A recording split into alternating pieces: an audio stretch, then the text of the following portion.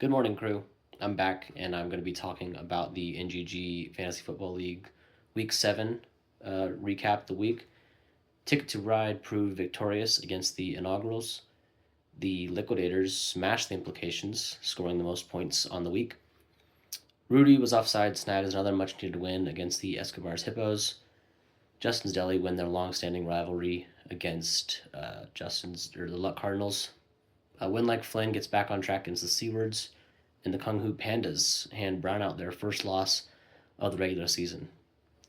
Headed into week 8, we're just about halfway through the fantasy year.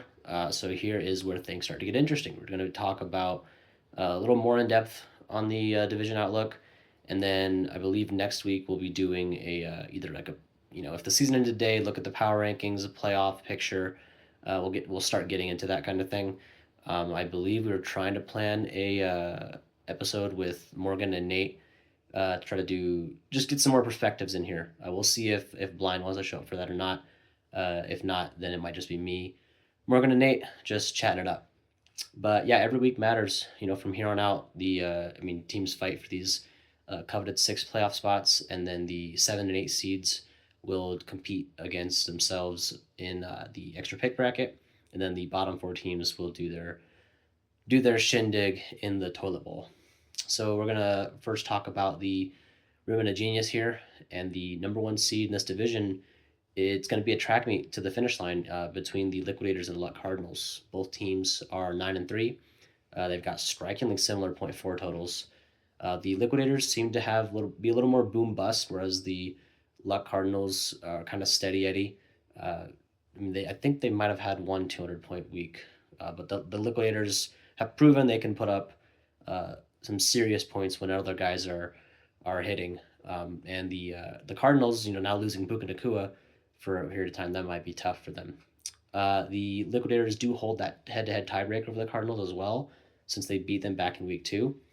And I can't remember if that actually matters anymore, but at least for this division lead, it should.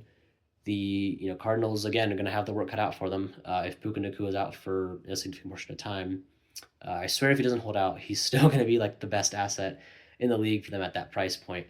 But yeah, the Cardinals are dealing with a lot of injuries. We'll have to see if they can continue to put up points, and hopefully they might get. I don't know who they play next week, but they're going to have to get some easier matchups or some bye weeks, quote unquote, to hopefully stay the course with the Liquidators. The inaugurals are sitting at 3rd place, 6-6 now after an off week, but they do get to take on the implications. So this is their prime candidate to bounce back, and they're going to need it. If they want to hold on to their 6 overall seeding and stay in the playoff hunt. The Seawards are starting to come back down to earth after a red hot start this year. They're in 4th place at 4-8, but it seems like if you ask Rick, he wouldn't mind being in the toilet bowl again to try to get another shot at the 1-on-1. The Microaggressors division saw the mighty Brownout finally drop a game to the Kung Fu Pandas, but they're still in no fear of falling out of first place. This is arguably the weakest division in the league right now. They're tied with best record in the whole league with the Pandas, both at 11-11, but Brownout's still the top seed thanks to their ridiculous 1,100 points for. They're dealing with some injuries right now, Bucky Irving, Garrett Wilson, but eventually I think Terry McLaurin should be back. He's been out for quite some time. I feel like he just got to be back anytime now. And he should be getting healthy just in time for the playoff stretch, so they might drop a few games here or there, but they don't have anything to worry about. Ticket to Ride sit in 2nd place, but are 5-7, and they've been a major disappointment, considering where they were ranked in the preseason polls. Rudy was offsides, are in 3rd right now at 4-8, and the implications round out the division at 1-11. The Joe Millionaires are still confidently the Pandas division. After some speculation earlier this year about Flynn or Deli, possibly making that leap to compete with them, it's the Kung Fu Pandas are proving why they've been I think they still have the winningest record across the league. They're the number 2 overall seed, firing on all cylinders at the right time. I think when I meant winning this record, I went like they have been the most dominant regular season team in this league's history over the course of like 3 years we've all been together now. So they're continuing to just keep putting up crazy numbers. The Seattle duo of Darnold and JSN have been cooking. JSN might be like the fantasy MVP this year. The emergence of Cam Scatabo and Bill Krosky-Merritt only provided them with more firepower.